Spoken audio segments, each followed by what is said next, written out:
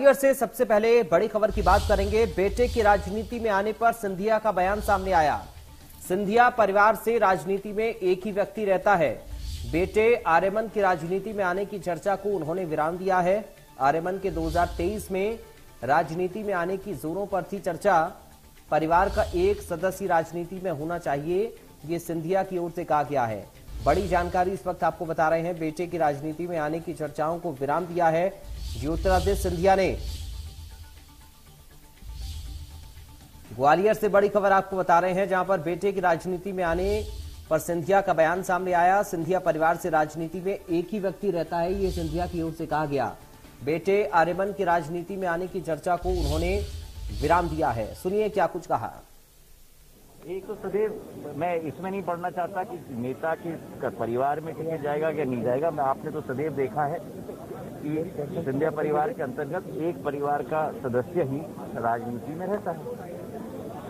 तो ये तो पिछले 30-40 साल से हम लोग ने अपने जीवन काल में ही परिवार में अपनाया है, और ये एक महत्वपूर्ण कदम भी है, क्योंकि सभी को मौका मिलना चाहिए। परिवार का एक सदस्य हो वो काफी होना चाहिए। तो सदैव मैं इसमें नहीं तो आपने सुना कि ये तो हमेशा से रहा है। दरअसल एक ही सदस्य परिवार का राजनीति में रहता है। सिंधिया परिवार से ये उनकी ओर से कहा गया है। तो सिंधिया परिवार से राजनीति में एक ही व्यक्ति रहता है। अपने बेटे की राजनीति में आने की चर्चाओं पर सिंधिया बोले हैं। उन्होंने बयान दिया है और कहा कि सिंधिया परिवार से राजनीति में एक ही व्यक्ति रहता है और ये तो हम सालों से देखते आ रहे हैं। दरअसल आर्यमन के 2023 में राजनीति में आने की चर्चा जोरों पर थी और इन चर्चाओं को लेकर अब ज्योतिरादित्य सिंधिया का बयान सामने आया। ज्योतिरादित्य सिंधिया की ओर से कहा गया है कि सिंधिया परिवार की ओर से राजनीति में एक ही व्यक्ति रहता है। नगरीय निकाय चुनावों में हार देखते हुए भारतीय जनता पार्टी ने अपनी बी टीम को सक्रिय कर दिया है। पूरा देश जानता है असदुद्दीन ओवैसी और उनकी पार्टी भारतीय जनता पार्टी की बी टीम है, ताकि भारतीय जनता पार्टी के विरोधी वोटों में बंटवारा।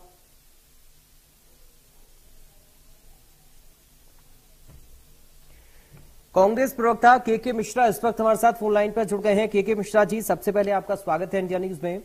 जी जी, थैंक यू।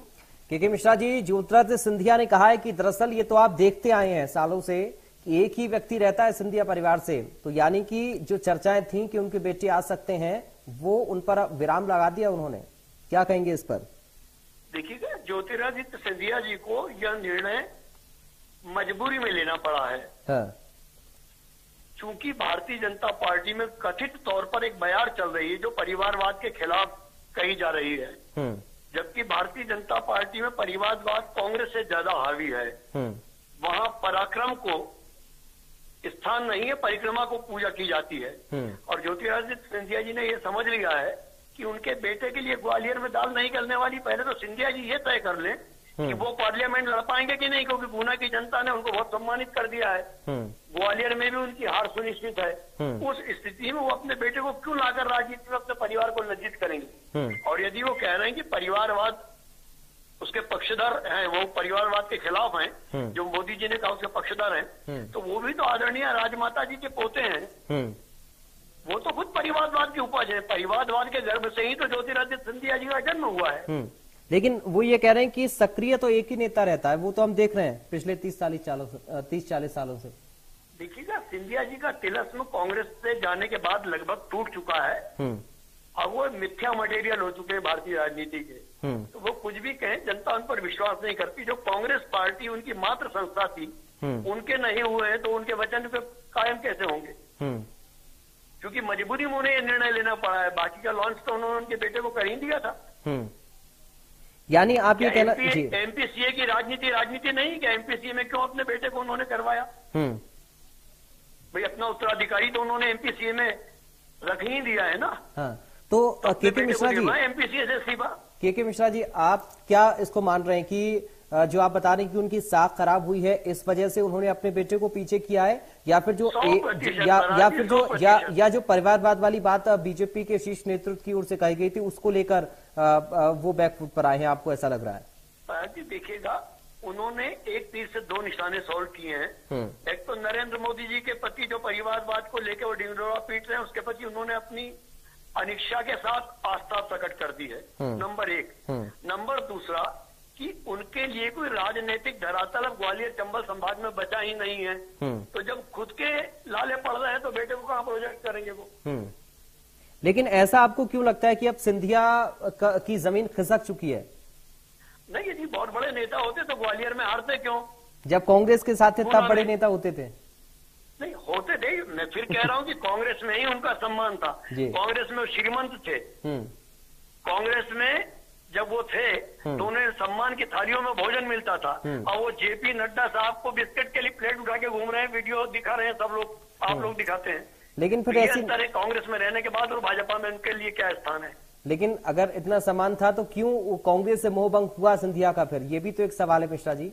नहीं, अब वो मैं आपको फोन पर यानी ऑनलाइन नहीं कर सकता हूँ, उसके लिए सिंधिया जी का दिल बता सकता है कि उनके लिए आर्थिक कौन कौन सी मजबूरियां थी। येस बैंक के घोटाले से लेकर कई जमीनों के घोटाले, जिसमें 10,000 करोड़ रुपए के घोटाले तो ग्वालियर में रहकर मैं उजागर करके आया हूँ।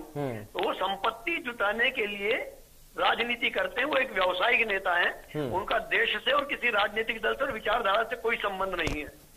चलिए, सिर्फ अपने राज परिवार की संपत्ति बचाने के लिए राजनीति में है। जी, शुक्रिया के मिश्रा जी आपका जुड़ने के लिए इंडिया न्यूज के साथ। तो आप कांग्रेस पार्टी से प्रवक्ता के मिश्रा को सुन रहे थे। उन्होंने कहा कि दरअसल सिंधिया ने अपने बेटे को पीछे रखने का मन सिर्फ इसलिए बनाया है ताकि एक तीर से दो निशाने लगा सकें। परिवारवाद की बात जो बाकी दल कर रहे हैं बीजेपी के लिए, वो नेतृत्व को ये दिखा सके कि साहब वो परिवारवाद को बढ़ावा नहीं देना चाहते हैं। और दूसरा ये उनका ये भी कहना है के मिश्रा का कि दरअसल जनाधार खत्म हो गया सिंधिया का, इसलिए उनको पता है कि आगे उनके बेटे के लिए कोई संभावना नहीं है।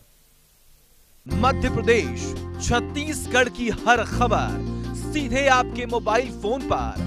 अभी सब्सक्राइब करें हमारा चैनल और पाएं पल पल की खबर।